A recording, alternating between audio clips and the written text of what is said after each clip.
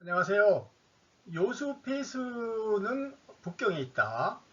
시리즈 2탄 위만 조선의 성립과 조한 전쟁에 대해서 설명드리도록 하겠습니다.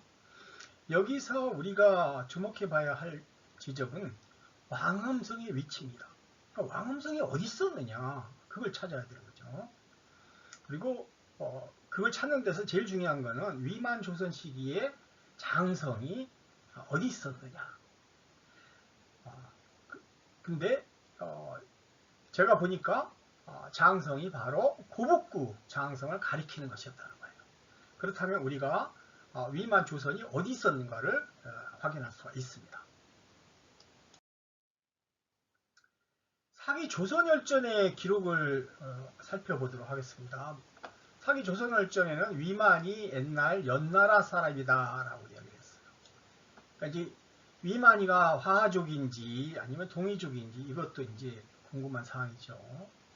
연나라 전성기, 즉 연소왕 시기에 처음으로 진본 조선을 침략에 복속시키고 관리도 장세를 쌓았다는 거예요. 자, 장세라는 거는요, 이게 그 만리장성에 이렇게 사방 둘레에 이렇게 보조적으로 싼 조그만 요새를 가리킵니다. 따라서 장세라는 것을 쌓았다는 거는요, 이게 만리장성을 쌓았다는 거예요. 고북구 장성을 가리키는 겁니다. 진나라가 연나라를 멸망시킨 BC 222년 후에는 요동 외요에 소속시켰다. 진본 조선을요. 진본 조선 땅이 요동 외요가 된 거예요. 한나라가 건국된 후에는 이곳이 멀어서 지키기 어려워.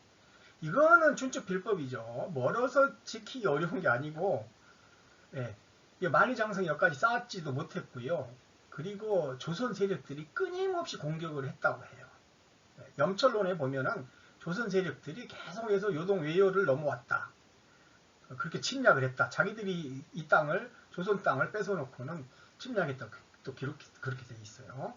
그래서 다시 요동 고세를 수리하고 폐수에 이르는 곳을 경계해서 한해 궁국인 연해에 복속시켰다는 거예요. 근데 이때 연합 노관도 이제 그 반란자로 내몰아버리죠. 그렇게 해갖고 이제 흉노로 도망갑니다. 그러니까 위만도 이때 이제 조선으로 망명을 한 거죠.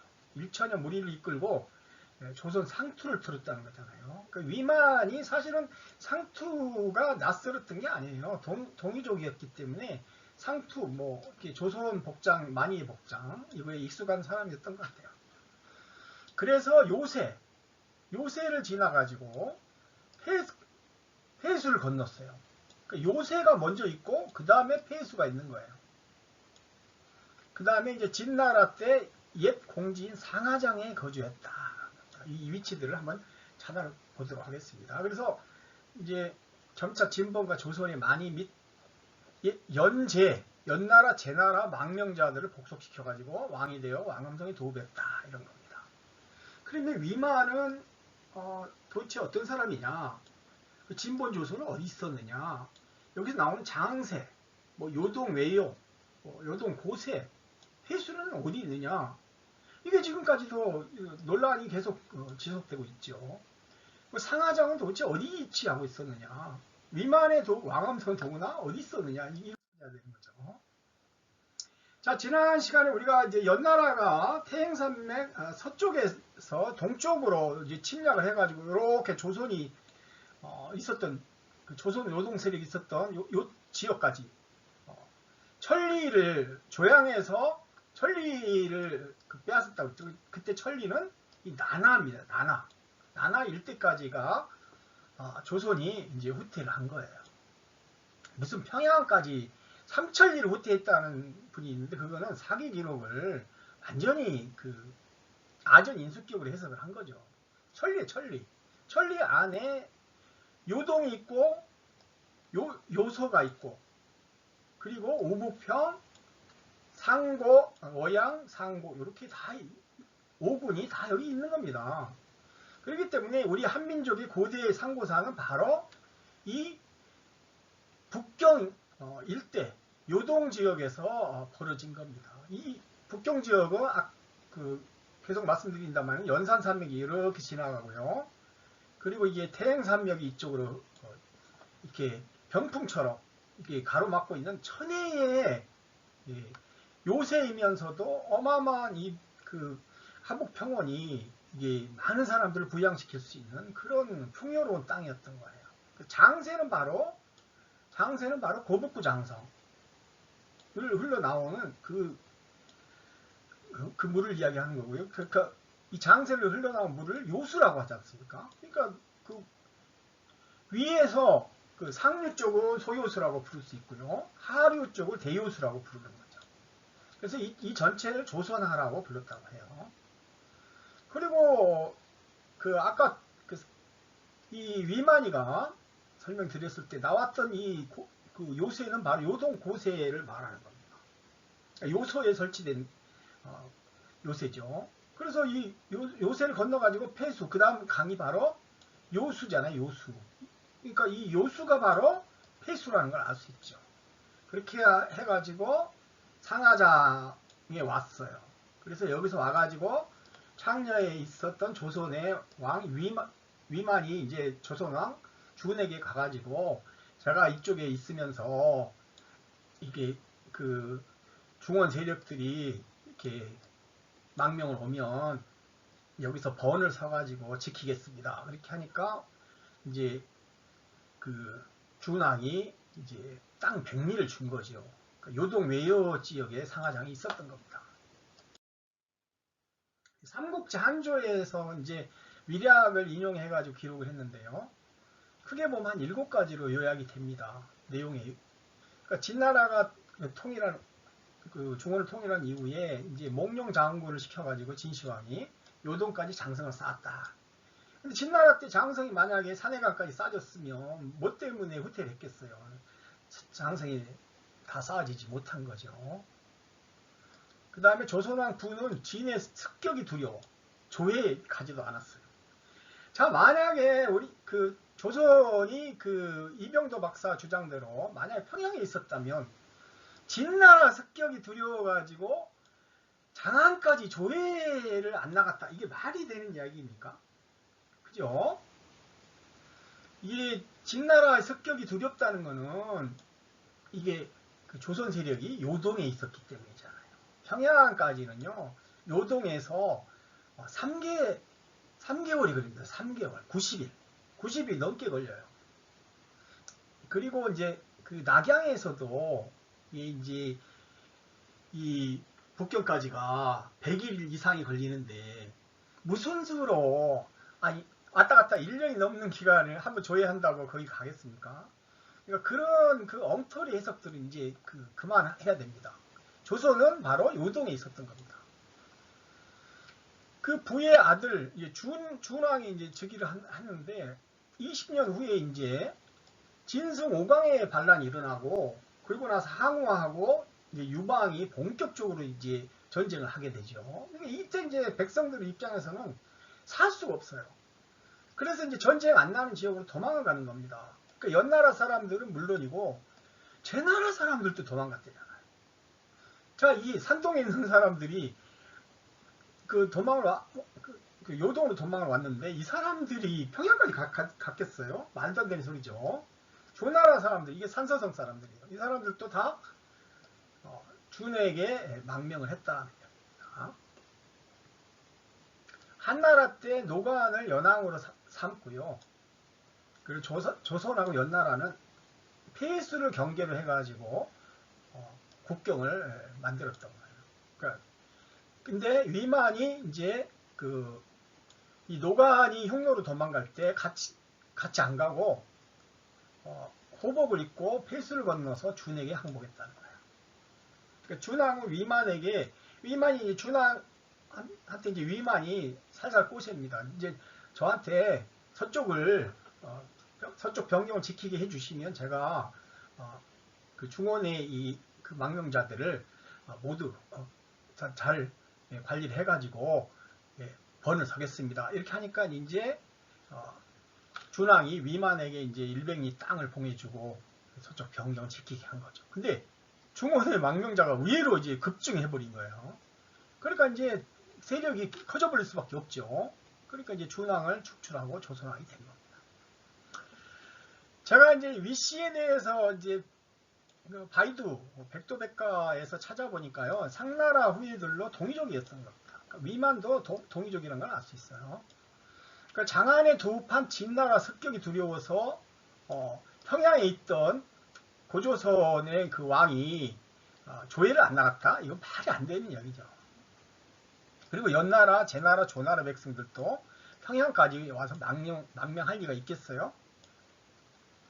그리고 현재 평양의 서쪽에는 백리 땅을 봉해줬다 그랬는데 거기다가 왜 봉해줘요? 땅도 없을 뿐만 아니라 연나라, 제나라, 조나라 사람들이 그 평양 서쪽으로 온다는 말입니까? 이것도 말이 안 돼, 설명이 안 되는 거죠. 그러니까 엉터리, 이병도 박사의 한국 고대사 연구는요, 엉터리예요, 엉터리. 준왕의 험독과 위만의 험독성, 왕엄성은 서로 다른 것입니다. 자, 지도를 한번 보십시오. 이 조화가 흘러내려옵니다. 아까 조화가 바로 소요수라고 했죠. 요수가 이렇게 흘러 들어왔어요. 여기 고북구 장성이 이쪽이 있어요. 이렇게 해서 백하가 이쪽에서 내려오면서 두 개가 만납니다. 만나서 조백하가 돼요. 조백하가 조선하라고 했죠. 그리고 이게 바로 요수라는 거죠. 요동군과 요소를 가르는 이쪽이 요소예요. 그러니까 이게 경계가 바로 요수였던 거고, 그리고 그러니까 한나라가 여기까지 못 지키니까 후퇴해가지고 여기다가 이걸 폐수라고 하고, 조선 사람들이 폐수라고 불렀어요. 이게 폐수를 국경으로 삼은 것이죠.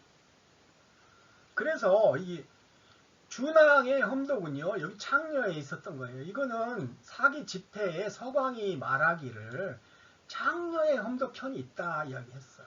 바로 준왕이 바로 여기까지 연나라한테 밀려가지고 고조선이 후퇴하면서 이 창녀의 여기에 그 험독성을 쌓고 있었던 거죠. 근데 문제는 뭐냐면 이 험독이 여기가 아니라는 거예요. 준왕이 계속 그 나라를 유지한 게 아니고 준왕이 위만한테 나라를 빼앗기잖아요. 그렇게 해서 이제 위만이가 폐수를 경계해가지고 땅이 이제 결정이 되니까, 그러니까 이제 도읍지를 굳이 여기 창녀에 할 이유가 뭐 있어요? 여기 어마어마한 요도의 평야지대가 있고, 그리고 요새들이 있는데요. 그래서 험독성을 이렇게 조화와 백하가 만나는 지점이 약간의 북쪽. 이게 폐수입니다. 폐수. 아래쪽으로 험독성은 폐수를 그 남쪽으로 두고 있어요. 그래서 한서 지리지에 보면은 요동군에 조선왕 만의 도읍 험독이 있다 이렇게 돼 있고, 응소가 말하기를 험독성은 왜 험독성이냐면 이 독자가 물입니다.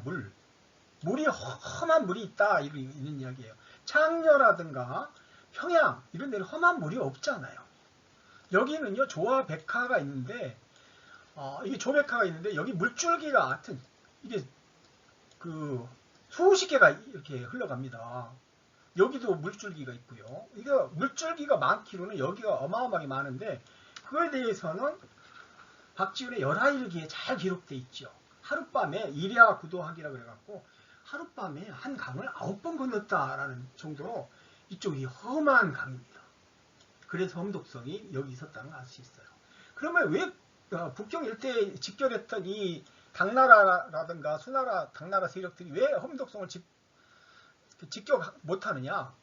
여기는 아까 말씀드렸잖아요. 험한 물들이 많이 있고 산이 있으니까 고구려군이 매복하면 그냥 죽기 십상인 거죠. 그러니까 여기를 돌아가야 되는 거예요. 이렇게. 그리고 수군이 이쪽에서 이제 이렇게 갖고 요수를 통해 갖고 이렇게 평양성 공격하는 이런 과정.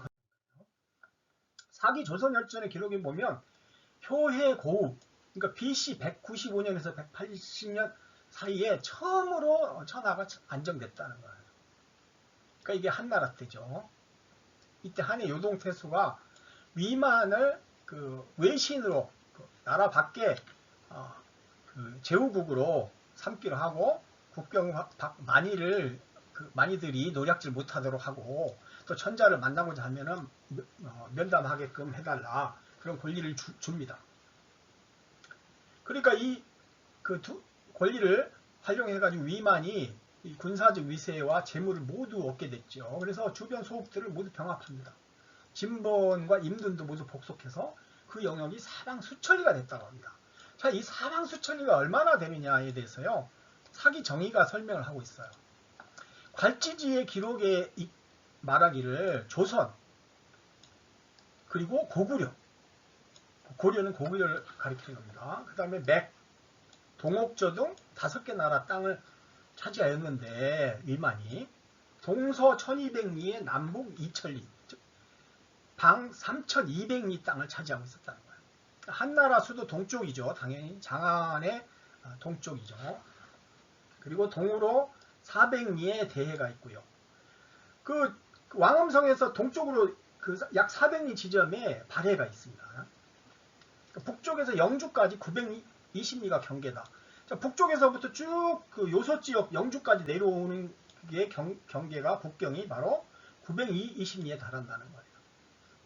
그 다음에 남쪽으로 600리에는 신라가 있어요. 북쪽으로는 1400리에 말갈국이 있고요. 이게 말갈국이 대주용의 말갈국이죠. 그러면 자, 그 시기가 약 BC 195년인데 이미 이때가 고구려가 이미 있었다는 거잖아요. 조선의 내부에. 그리고 조선의 외부에 신라가 있었던 거고. 그러니까 고구려가 언제부터 있었느냐, 이 시기 문제, 고구려 성립 시기도 이제 다시 분석을 해야 되는 겁니다. 자, 조한 전쟁에서 이제 한나라 육군과 수군이 어떻게 진격했는가를 살펴보도록 하겠습니다. 사마천의 사기의 그 사기 조선열전의 내용은요, 바로 이 조한 전쟁을 설명하기 위한 그 기록이에요. 순체 육군이 이제 탁군 지역에서 모여가지고 북경 남쪽, 이 남서쪽이죠. 남서쪽에서 이제 이렇게 요소를 지나가지고 요동으로 이제 진격을 하게 되고, 제나라 쪽에서 이제 양복이 이제 수군 장수 양복이가 배를 이제 타고 이렇게 이제 왕엄성까지 공격을 합니다. 근데 이게 이제 순체의 그 장수였던 졸정다가 요동에 먼저 도착해 버렸어요. 만약에 조선이 이쪽 창녕 동쪽이거나 혹은 평양에 있었다면 만약에 그 육군이 먼저 이렇게 도착하는 일은 없겠지요. 왜냐하면은 고대 시대에는 바다가 고속도로였기 때문에 이게 그 노선 장군 양복이 가장 먼저 도착했겠지요. 근데 노선 장군 양복이 이제 바다를 건너고 이렇게 오기도 전에 이미 졸정다 군대가 요동에 들어갔고 패배를 해갔고요. 이제 수군이 오는 걸 기다리지도 않고 상급하게 공을 탐했다고 해가지고 참해버립니다. 그런데 이제 이 양복이도 육군이 없어요. 그러니까 이제 노선장군 양복이가 이제 배를 타고 제나라 군사 7,000명을 거느리고 올라가갖고 왕엄성을 공격하려고 이제 하니까, 가만히 보니까 이게 이제 위만의 이제 그 후손들이죠. 후손들이 보니까 이게 세력이 얼마 안 되거든요. 그러니까 나와서 격파를 해버렸죠. 우고왕이죠. 우고왕. 그래서 이제 결국은 그 한나라가, 한무제가 이 왕엄성 점령에 실패를 해요. 근데 문제는 이제 조선 세력들 내부에 이제 갈등이 발생해가지고 이제 결국은 이제 조선이 항복을 하게 됩니다.